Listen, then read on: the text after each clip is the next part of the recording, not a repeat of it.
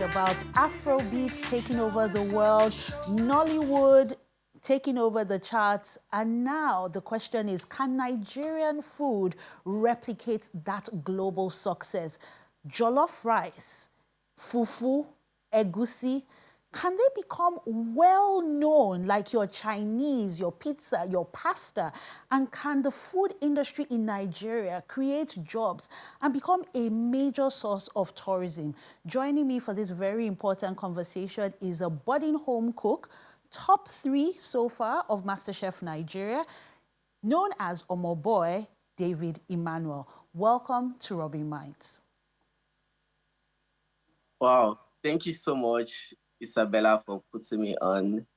Thank you so much, TVC channels. I'm so grateful for this wonderful opportunity to be here. Oh yes, as Thank we all you. know, Afrobeat. Channels Television. So it's a pleasure to have you here on Rubbin Minds on Channels Television. David, congratulations. I know this is the semi-finals, which we'll be watching later on today. But tell me Thank about you. Nigerian food. Does it have the potential, like our Afrobeats and our Nollywood movies, to truly bring people to Nigeria and to create jobs? All right, thank you so much for this wonderful opportunity. So yes, I believe Nigerian food is becoming global. First of all, let's start with Afrobeat and Nollywood, how they've taken over the industry, how they've traveled far across Africa, worldwide.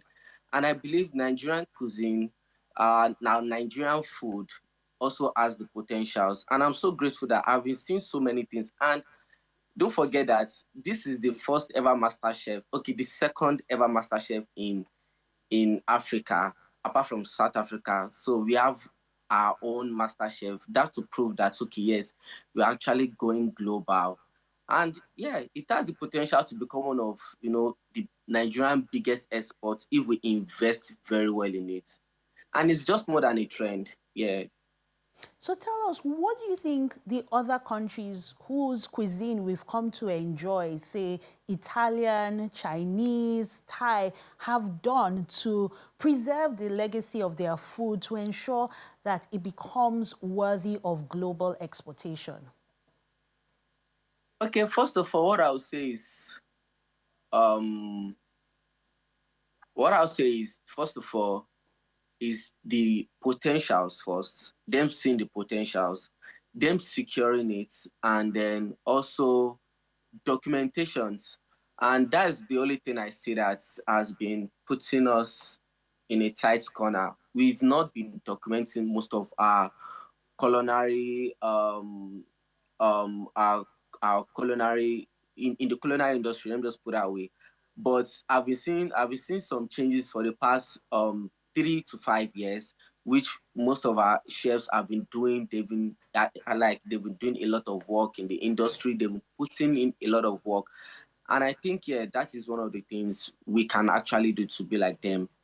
So documenting it, how important will you say culture is when it comes to storytelling and documenting our food in such a way that it becomes more than just food, but an experience? Wow. For me, food is like food is a story. For every food you find on the plate, there's a story behind it.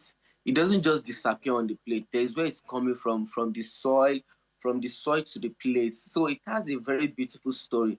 And when it comes to cultural, in fact, I would say that Nigeria has one of the best cultural food. Like they have one of the best how will I say it?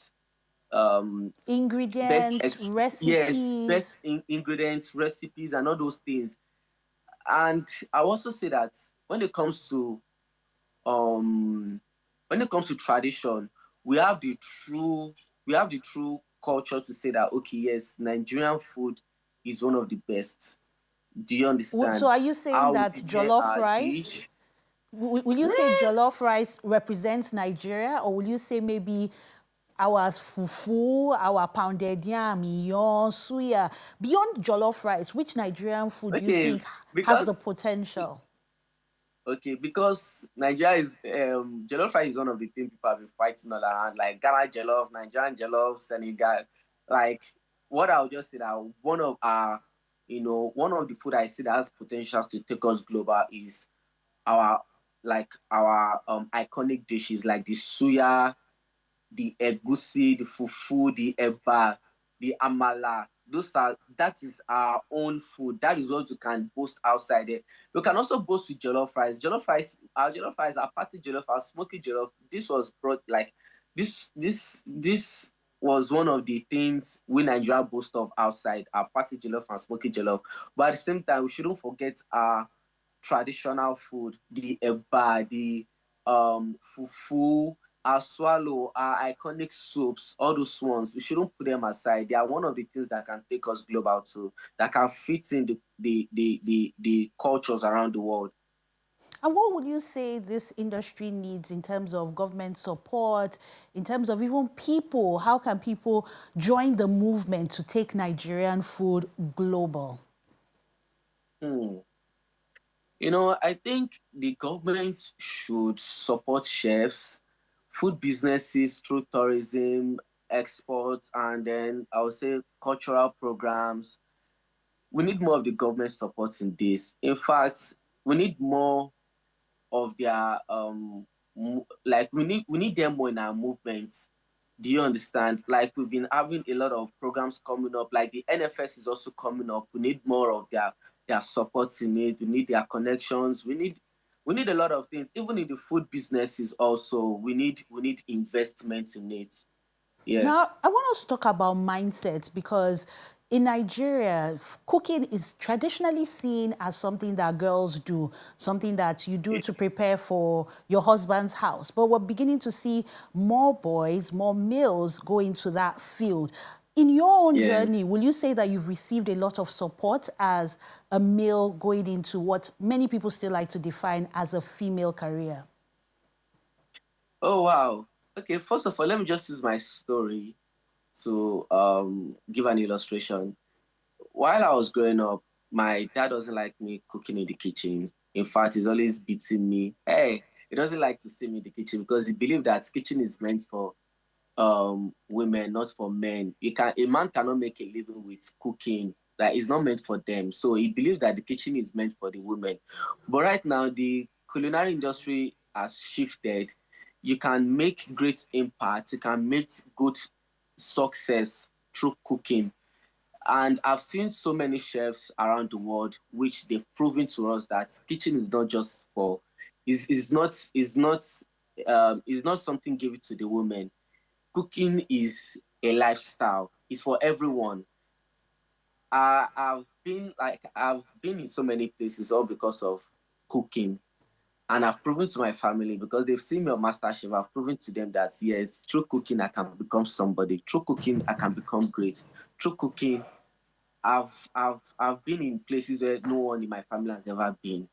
So I believe cooking is not the kitchen is not just meant for women. It's meant for everyone, both men, both women. It's meant for everybody because it is our survivor. That is our culture. That is what tells our story. Yes. Thank And you. and if you can say a message to a young boy or a young girl who's considering a career in the culinary space, what advice would you have for them when there are seemingly better or more professional courses that are Yeah. being offered in the university? I don't think there's any Nigerian university that offers a fully culinary degree. For example, you'd have to go to a culinary school. So what Yeah. message do you have for that young boy or young girl? Wow. Thank you so much. So, what I'll say outside is that, first of all, to become successful in life, you need to serve other successful people. There's nothing like they are using my head, or there's no wastage in life. Whatever thing you are doing right now, keep doing it. Don't stop. Everyone deserves the chance to see themselves for who they are, to see their potentials. So, when opportunity comes to you, grab it, take it, be grateful for it. And for our universities, culinary school, I want us to keep giving more opportunities out there for young chefs, for young food enthusiasts. Give them the opportunity. Like, and I've been seeing so many online now. I've been seeing scholarship out there for those that want to study arts, the arts and science of food, those that doesn't have enough money to go to culinary school, and I've been seeing a lot of scholarship out there. And I think that is great, and that's one of the things that can help us as growing chefs and then young food enthusiasts. So I want you to keep doing what you're doing, keep cooking, don't stop, and keep affirming, keep saying what you want to see in life. Thank you. And where do you see yourself in the culinary space?